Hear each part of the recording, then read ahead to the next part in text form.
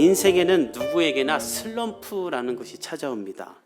운동선수들에게 좀 많이 쓰는 단어지만 우리에게도 있죠. 공부하는 학생들은 갑자기 공부가 안 되고 회사에서 일이 안 되고 뭐가 좀 안 되는 것 같고 이 슬럼프가 모든 사람에게 찾아옵니다. 왜냐하면 우리가 연약한 존재이기 때문에. 근데 이게 극복하기가 참 어려운 것 같아요. 왜냐하면 알 수 없는 이유로 갑자기 이게 막 안 되니까 또 어떻게 극복해야 될지도 모르겠고 노력해도 안 되고 막 다운되고. 그래서 운동선수들 같은 경우에는 막 그냥 운동장비 새 건데도 싹 바꾸고 심지어 삭발하기도 하고 이름을 개명하는 선수들도 있어요. 제가 야구 가끔씩 보는데 이름이 바뀌어 막 그러면 잘 안 돼서 이름을 개명했다는 거예요.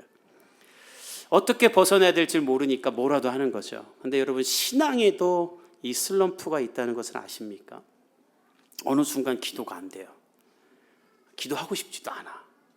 예배를 드려도 이게 매너리즘에 빠져서 무의미한 것 같고 신앙도 안 자라는 것 같고 기도해도 응답이 안 되고, 그러니까 이게 계속 그냥 다운돼 있는 상태에 있는 거예요. 근데 여러분, 놀라운 건 이런 신앙의 슬럼프에 빠진 사람을 예수님이 그냥 두지 않고 그 사람을 회복하고 건지신다라는 거예요. 저는 오늘 이 예배 가운데 슬럼프에 빠진 믿음이 있는 사람들이 있다면 오늘 여러분 안에 예배의 감동과 주의 은혜가 회복되는 시간이 되기를 예수님의 이름으로 축복합니다. 이게 안 되면 어떤 신앙인이 되냐면 예수 믿는 게 내 약점이 돼버려요. 왜냐하면 예수님의 능력은 안 나타나는데 교회는 다녀야 되는 종교인이 되니까 예수 믿는 거 숨기게 되고 이게 내 약점이 되고 그렇게 느껴지게 돼요. 그래서 이걸 여러분들이 이 슬럼프에서 벗어나 믿음의 능력이 나타나는 거룩한 하나님의 사람들이 돼야만 해요. 희망이 있는 이유는 예수님이 그렇게 우리를 건지신다라는 거예요. 그게 오늘 본문인데 우리 37절에서 39절 읽어봅시다. 시작. 이튿날 산에서 내려오시니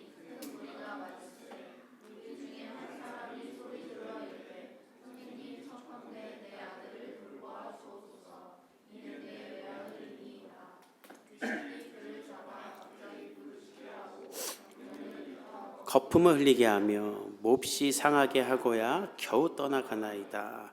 지난주에 본 대로 예수님은 베드로와 야고보, 요한만 데리고 산에 가서 기도하셨죠.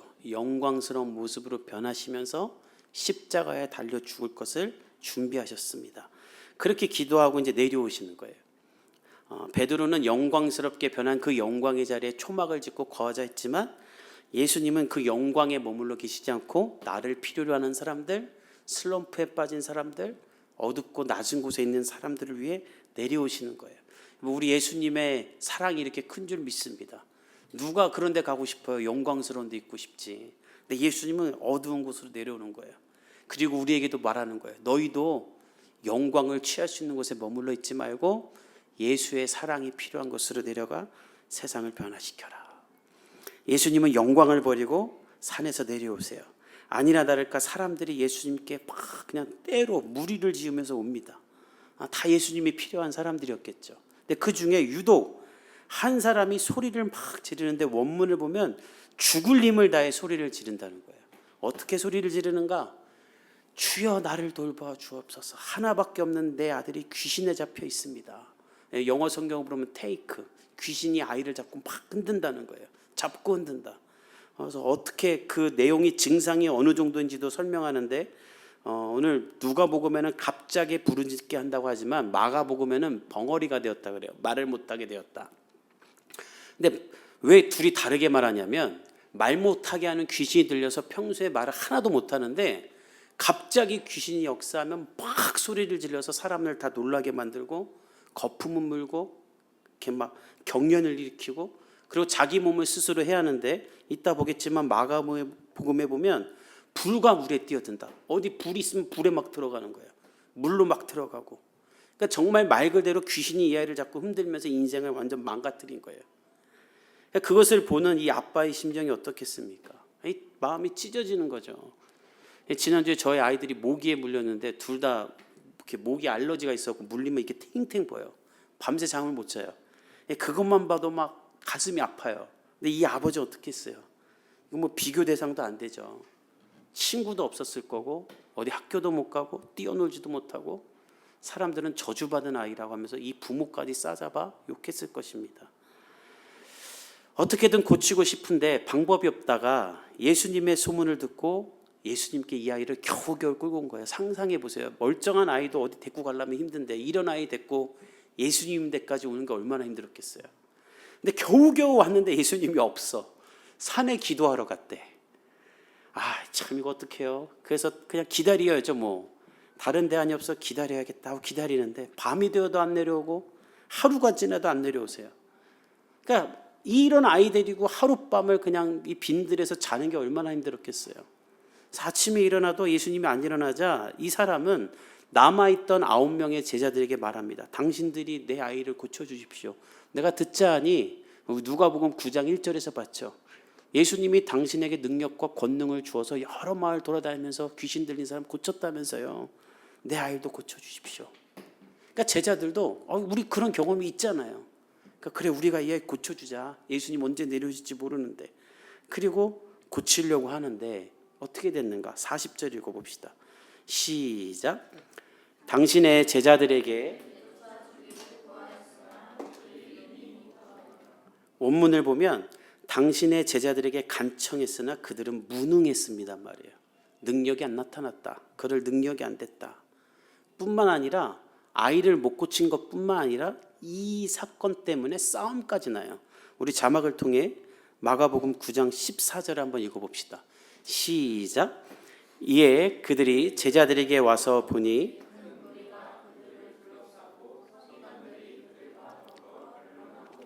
예수님이 산에서 내려오자마자 본 것이 이 장면이에요.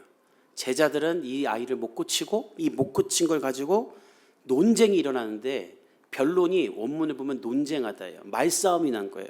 왜 말싸움이 났냐면 예수님 곁에는 늘 서기관이나 바리새인들이 따라다녔죠. 이 예수님 때문에 자신들의 위선과 거짓이 드러나자 예수님 쫓아다니면서 흠집 잡으려고 막 따라다녔는데 뭐 따라다녀도 잡을 게 없어요. 그래서 조용히 있었는데 예수님이 없는 사이에 제자들이 귀신 들린 아이 고치겠다고 붙잡고 막 안수하고 귀신아 떠나가라는데 아이는 더 거품을 물고 쓰러지고 소리 지르는 거예요. 그걸 보고 잡았다. 이거 갖고 얘네들 비난하자. 망신 주자. 그러니까 논쟁을 벌인 거예요. 그러니까 우리 어디 가나 이렇게 싸움 거는 사람 하나 있으면 전부 다 싸움이 나잖아요. 그러니까 이 서기관들 때문에 싸움이 난 거예요. 예수는 가짜다. 저 제자들도 쇼하는 거다. 그러니까 한쪽에서는 아니다. 그러니까 이게 얼마나 난장판이에요. 그리고 이 아버지의 입장에서 보세요. 지금 내 아이는 거품을 물고 쓰러지는데 예수님은 없고 제자들이란 인간들은 막 떠나가라는데 우리 애는 더 쓰러지고 사람들은 죽어가는 내 아이를 보고 논쟁하고 있어요. 얼마나 화가 나고 원통하고 그러겠습니까? 그러니까 말이 이렇게 나오는 거예요. 당신의 제자는 무능하다. 근데 그때 예수님이 내려오니까 죽을 힘을 해 소리치는 거예요. 당신들의 제자들은 무능합니다. 당신이 고쳐주십시오. 근데 그러면서 어떻게 고백하냐면 마가복음 9장 22절 한번 읽어봅시다. 마가복음 9장 22절 시작. 귀신이 그를 죽이려고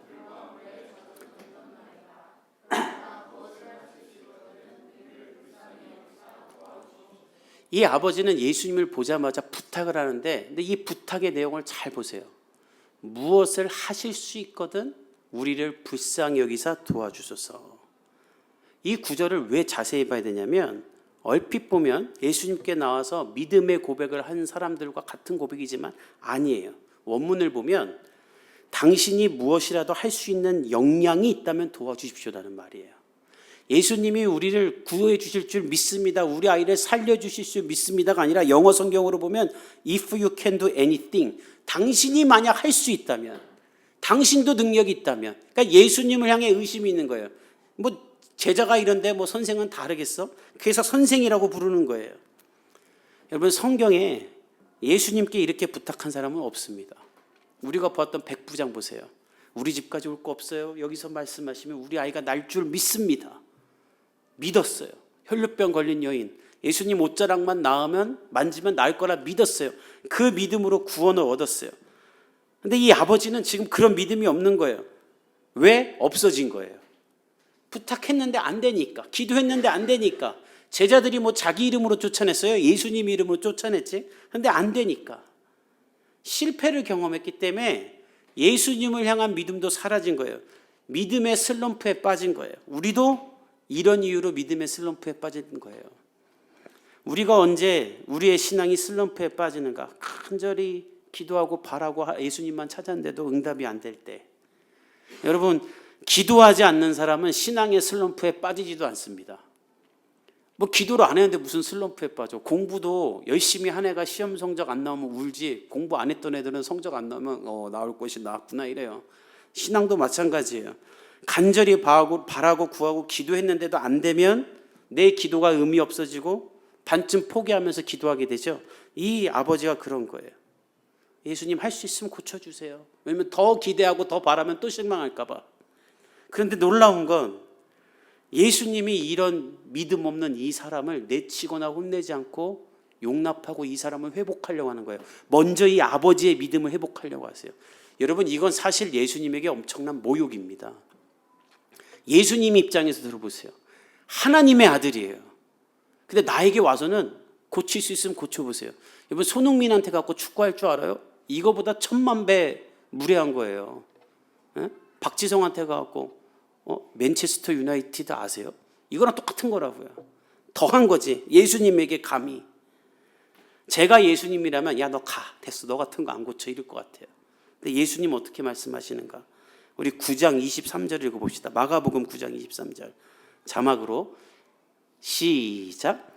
예수께서 이르시되 할 수 있거든 무슨 말이냐? 믿는 자에게 능치 못할 일이 없느니라 하시니. 잘 보세요. 예수님이 이 믿음 없는 고백을 하는 아버지를 먼저 고치는 거예요. 야, 너 지금 할 수 있거든이 무슨 말이냐 나에게. 믿는 자에겐 능히 하지 못할 일이 없느니라. 아버지가 이를 책망하는 거예요. 왜냐하면 이 아버지 뒤에는 사대안의 간괴함이 있기 때문이에요. 믿지 못하게 하는 그 사단의 끌어내림이 있기 때문인 거예요. 여러분, 오해하지 마십시오. 예수님은 우리가 믿어줘야 능력이 나오는 것은 아니에요. 그분은 사람이 만든 이 세상의 다른 신과는 달라요. 우리가 믿어줘야지 예수님이 되고 우리가 믿어줘야지 전능한 하나님이 되는 게 아니에요. 우리가 믿든 안 믿든 그분은 능력의 하나님이세요. 그분이 세상의 주인이세요. 다만 왜 믿음을 강조하냐면 우리가 예수님을 향한 믿음 없이 예수님의 응답을 받으면 그걸 예수님이 해준 건지를 몰라요. 예수님이 여태까지 나를 인도하시고 나를 돌보셨고 나를 여기까지 인도하셨는데 이것이 예수님이 해준 것이라는 믿음이 없는 사람은 예수님의 예자도 꺼내지 않고 어떻게 말하는지 아세요? 어떻게 하다 보니까 됐어요. 운이 좋았어요. 열심히 하면 되더라고요. 지가 잘나서 했다 그래요. 다. 하나님이 인도하셨으면 고백하지 못해요. 하나님의 하자도 안 꺼내요. 그러나 내가 기도하고 내가 하나님께 간절히 바라고 하나님께로 온 것이라는 믿음이 있는 사람은 하나님께 더 큰 영광을 돌리게 되고 하나님은 그 사람에게 하늘의 능력을 계속 부어주시죠. 예수님은 이 아버지를 그런 이유로 꾸짖는 거예요. 야, 너 나를 못 믿냐? 이게 아니에요. 너의 믿음 위에 내가 이 아이를 고침으로 말미암아 내가 하나님의 아들임을 너가 깨닫고 너가 아이만 낳는 것이 아니라 구원을 얻게 하길 원한다. 그러기 위해서는 믿음이 필요하니 너 믿음을 가지라고 먼저 이 아버지의 믿음을 회복하는 거예요. 아버지는 예수님의 말씀을 깨닫고 말합니다. 우리 마가복음 9장 24절을 한번 같이 자막으로 읽어봅시다. 시작. 곧 그 아이의 아버지가 소리를 질러 이르되 내가 믿나이다. 나의 믿음 없는 것을 도와주소서 하더라. 나의 믿음 없는 것을 도와주셔서. 저는 오늘 여러분이 이 예배 후에 이 기도를 할 수 있기를 축복합니다. 그리고 여러분들의 믿음이 회복되길 바랍니다. 나를 오늘 진단해 보세요. 나는 예수님을 향한 절대적인 신뢰와 믿음이 있는가? 나는 하나님이 나와 우리 가정과 나의 미래를 이끌어 가시고 지금 내가 갖고 있는 모든 삶의 문제를 해결해 주실 거라는 확고한 믿음이 있는가? 있다면 여러분은 기도하는 삶을 살고 있을 거예요. 근데 만약에 그 믿음 없다면 분명히 여러분은 어느 한 분야가 슬럼프에 빠져 있을 것입니다. 의욕이 없고 포기하고 싶고 그만두고 싶고 빨리 그냥 이게 어떻게 해결됐으면 좋겠고 최선보단 차선을 택하면서 피할 길을 찾고 그냥 오늘만 사는 거예요. 예수님이 없이 상황과 환경만 보니까 슬럼프에 빠지는 것이죠.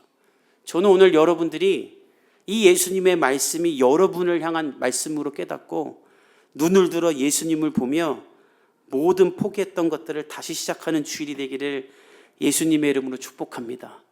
반쯤 포기하고 기도하지 마세요. 그 예수님 모욕하는 거예요.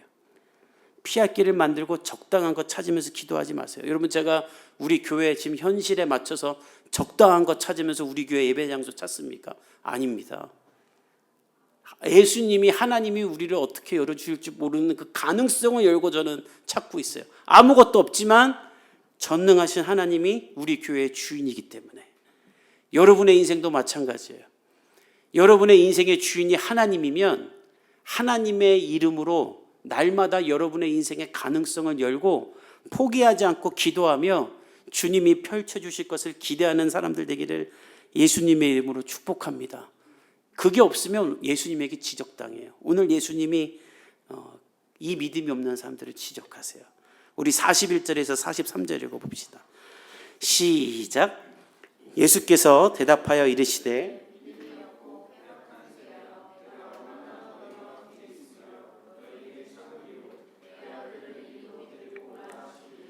올 때에 귀신이 그를 거꾸로 들이고 심한 경련을 일으키게 하는지라. 예수께서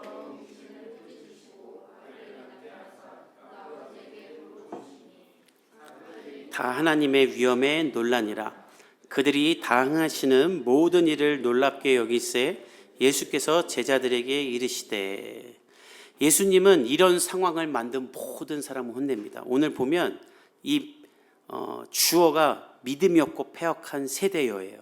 그러니까 제자들, 못 고친 제자들에만 하는 얘기가 아니라 이 자리에 있던 모든 사람들, 특히 이 믿음 없고 패역한 세대가 원문을 보면 아예 믿음이 없는 사람, 또 패역하다는, 회전하다는 말로 사람들을 유혹하고 막 이렇게 빙글빙글 돌도록 흔드는 사람을 뜻해요. 그러니까 서기관들도 말하는 거예요.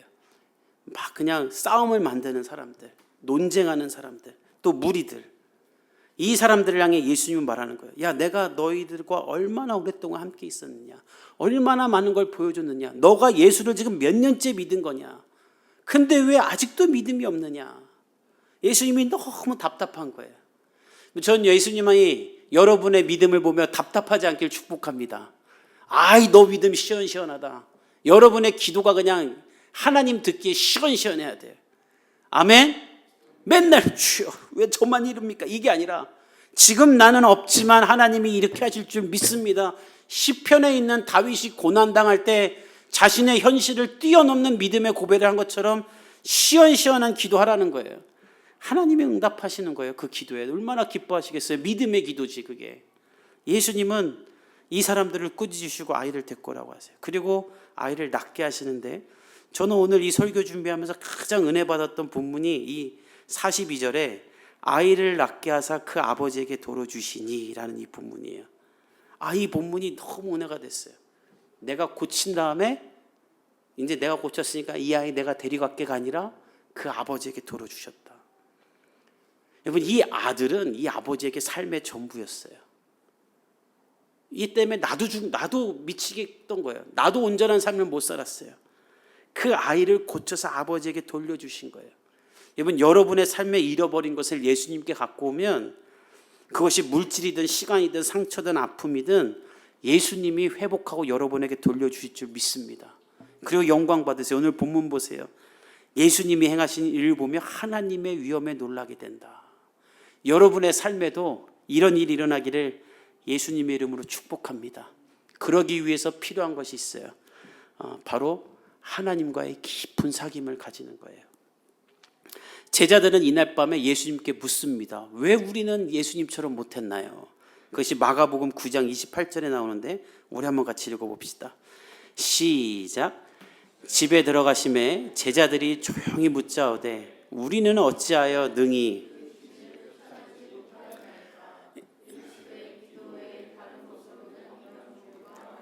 느니라 하시니라.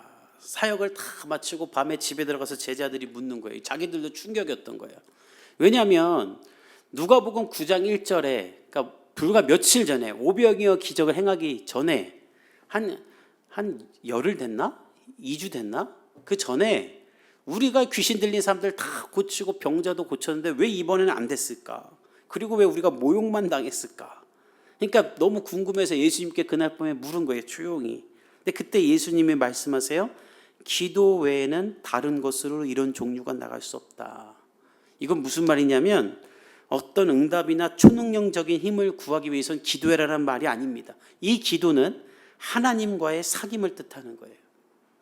그때 순간순간 필요한 거 있을 때마다 주님 이거 주세요, 이거 주세요. 이런 기도에는 능력이 나타나지 않는다라는 거예요.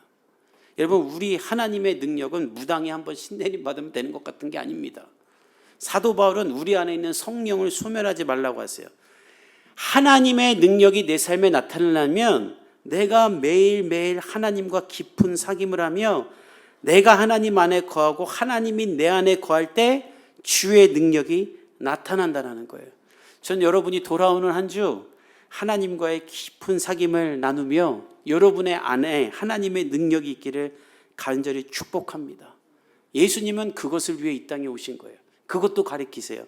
오늘 누가복음 9장 44절 45절 읽어봅시다. 시작. 이 말을 너희 귀에 담아두라. 인자가 장차 사람들의 손에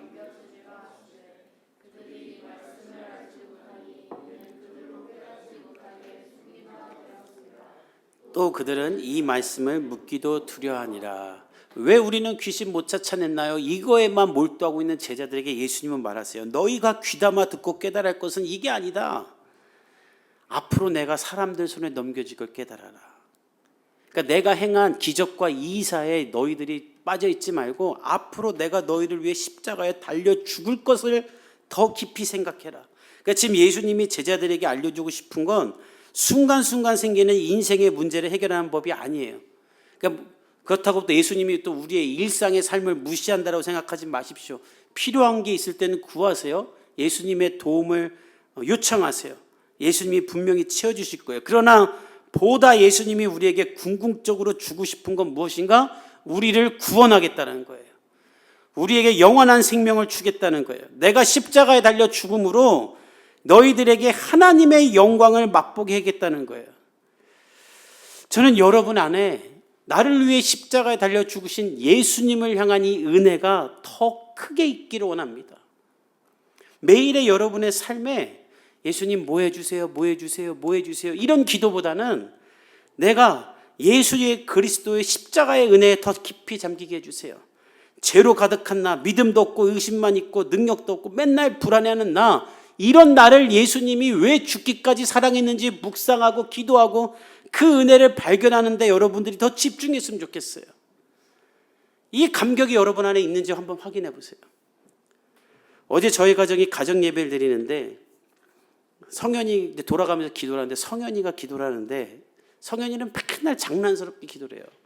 다 진지하게 기도했는데 혼자 티라노가 밥을 먹게 해주세요. 막 이러고 웃어요. 그래서 한번 혼냈어요. 기도 똑바로 해라. 근데 어저께 자기가 오늘은 기도를 똑바로 하겠대요.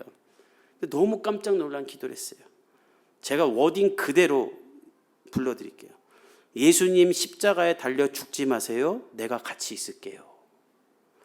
저희가 큰 은혜를 받았어요. 저희 주일학교 우리 예배에 은혜가 있어. 내가 보니까 영상으로 드려도. 예수님 십자가에 달려 죽지 마세요. 내가 같이 있을게요.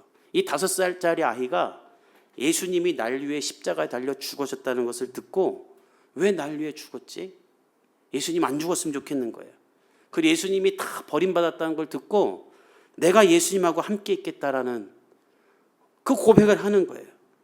제가 어저께 그 기도를 듣고 혼자 설교 준비하면서 우리 성현이를 위해 이렇게 기도했어요. 주님, 나중에 우리 성현이가 나를 위해 죽어야만 했던 예수님을 깨닫게 해주십시오. 왜 나를 위해 죽어야만 했는지 그 깊은 은혜를 묵상하게 해주십시오. 그리고 저에게도 이 감격이 회복되게 해주십시오. 저는 여러분들에게도 이 감격이 회복되기를 축복합니다. 우리는 예수님이 날 위해 죽은 게 너무 당연해 그냥. 그러니까 감격이 없는 거예요. 그러니까 신앙이 불타오르지 않는 거예요. 여러분, 예수님이 날 위해 죽으신 이 십자가 구원의 은혜를 매일매일 묵상하며 그 은혜 가운데 잠기고 예수님의 사랑 가운데 들어갈 수 있기를 축복합니다. 그리고 그 사랑 안에 여러분의 인생의 모든 문제와 근심과 고민이 사라지는 것을 경험하길 바랍니다.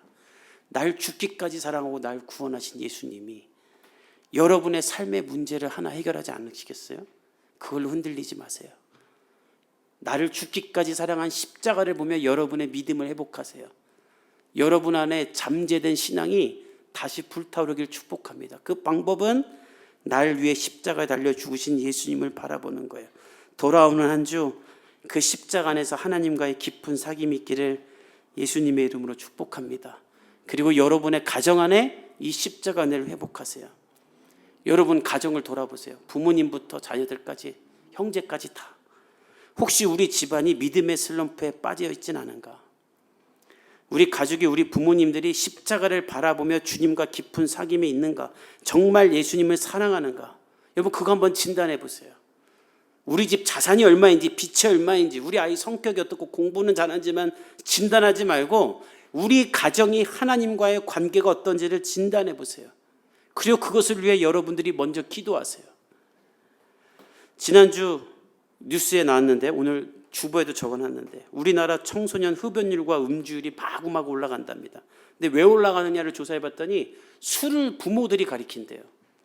어느 정도 크면 어른한테 배워라 하면서 부모가 가리킨대요. 그래서 부모한테 배워서 애들이 술을 먹기 시작해갖고 지들끼리 먹으면서 엄청나게 술을 먹는데요. 아니나 다를까 저희도 그 국가에서 좀 지원금이 있어서 엊그저께 외식을 하는데, 제 아내가 식당을 돌아보더니 말하더군요. 그냥 어른들끼리 온 데는 술병이 없는데 아이들 데리고 온 테이블은 다 술병이 있대. 한번 보래요. 근데 진짜예요. 부모들이 애들 데리고 와서 다 술 먹는 걸 보여줘요. 제가 그걸 보면서 야, 여기 권사, 장로, 집사 없을까 이런 생각이 드는 거예요. 자식들에게 성경하고 기도는 가르칠까? 그건 안 가르치고 술은 가르치는 사람이 있을 것 같은 거예요. 왜 이 나라에 이렇게 사고가 많이 나는가? 무엇을 가르치고 무엇을 보여줘야 되는지를 모르는 거예요. 저와 여러분은 우리 자녀들과 우리 가족 구성원들에게 하나님과 시간을 보내는 모습을 많이 보여준 사람 되길 바랍니다. 그리고 그 안에 들어간 기쁨이 얼마나 큰지를 먼저 깨닫고 아이들에게 알려주세요.